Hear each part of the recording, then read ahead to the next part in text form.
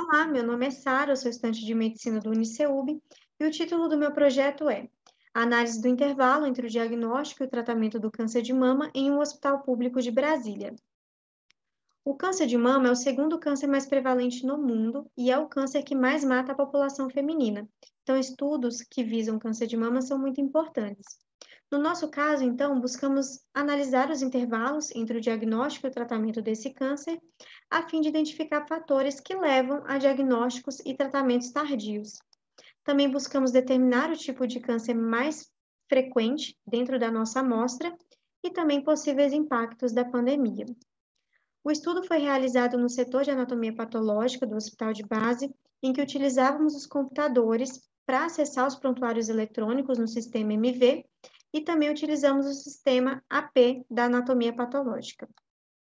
Pegamos todos os prontuários de pacientes que foram submetidos à biópsia de mama no ano de 2020, foram 329 prontuários e desses, 222 foram selecionados. Preenchíamos um formulário Google e, a partir disso, criava-se uma planilha Excel com todo o compilado de dados. A análise estatística se deu por meio de gráficos e também por meio de variáveis quantitativas. Em relação aos resultados, foram identificados apenas 2 casos do sexo masculino e 220 do sexo feminino. Em relação à idade, o dado que chama a atenção é a média, que foi de 54 anos, que está de acordo com dados do INCA. O câncer mais comum foi o carcinoma infiltrante, com 90 casos, e o segundo mais comum, o carcinoma ductal infiltrante, com 86. Em relação ao método de exame mais comum, foi o core biopsy, seguido da setorectomia, da mastectomia, e 20 prontuários não continham essa informação. Em relação ao intervalo 1, que é o intervalo entre o pedido médico de exame e a mamografia inicial, apenas 40 prontuários continham essa informação, então esse nosso dado acabou não sendo tão relevante. Isso pode ter acontecido devido à ausência de interoperabilidade entre os sistemas de atenção primária em saúde com os demais sistemas de outros níveis de saúde. Intervalo 2 é o intervalo entre o resultado da mamografia e a realização da biópsia. Mostrou uma média elevada de 129 dias de espera. Intervalo 3 é o intervalo entre a realização da biópsia e o laudo da anatomia patológica. Já mostrou uma média satisfatória de 26 dias, mostrando que o sistema tem se adaptado à lei dos 30 dias, implementada lá no início de 2020. Intervalo 4 é o intervalo entre o laudo da anatomia patológica e o resultado da imunohistoquímica, que mostra uma média muito boa de 17 dias.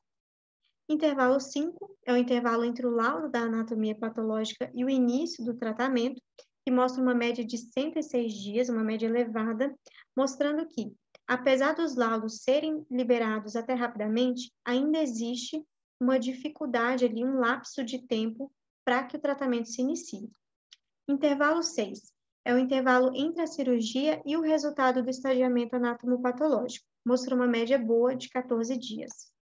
Por fim, o intervalo 7, que é o intervalo global, mostrou um máximo ali de 1.466 dias e uma média de 185 dias, mostrando que o sistema de saúde ainda possui muitas dificuldades, que nesse caso podem ter tido relação com a pandemia, como também pode estar associado mais a questões intrínsecas do sistema, como longas filas de espera e superlotação de hospitais públicos.